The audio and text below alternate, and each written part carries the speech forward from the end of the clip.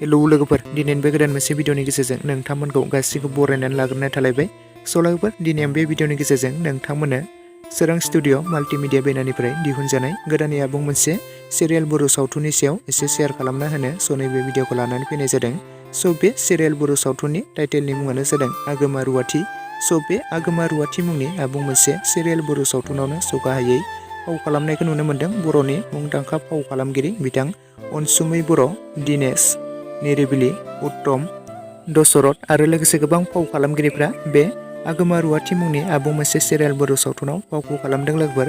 स' लोगोफोर बे सिरियाल बर' सावथुनखौथ' स' गोबाङानो बगाजुलि कमेडियान इउटुब चेनेलनि गेजेरजों गोबाङानो एपिसड 1निफ्राय लानानै एपिसड 10 सिम गोबाङानो नायखाबाय आरो नुखाबाय जानांगौ दे। स' आरो बिनि एपिसड 11खौ नोंथांमोना गोबाङानो नायनो थाखाय एक्साइटेड जानानै दं नङासै। स' बे एपिसड 11खौबो स' थाबैनो बगाजुलि कमेडियान इउटुब चेनेलनि गेजेरजोंनो बे साननैसोनि गेजेरावनो रिलिज खालामनानै होसिगोन लोगोफोर। स' नोंथांमोना बयबो नायनो थाखाय नेनानै थाथ'लायदो।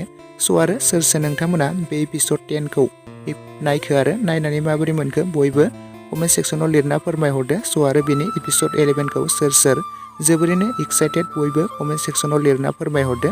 स' बे एपिसड 11खौबो स' जेब्ला रिलिज खालामो स' अब्ला बेनि सायाव फिन गोदानै मोनसे आपडेटनि गेजेरजों फोरमायनानै होबावगोन। स' नोंथांमोना बयबो नायनो थाखाय नेनानै थाथ'लायब्लानो जाबाय।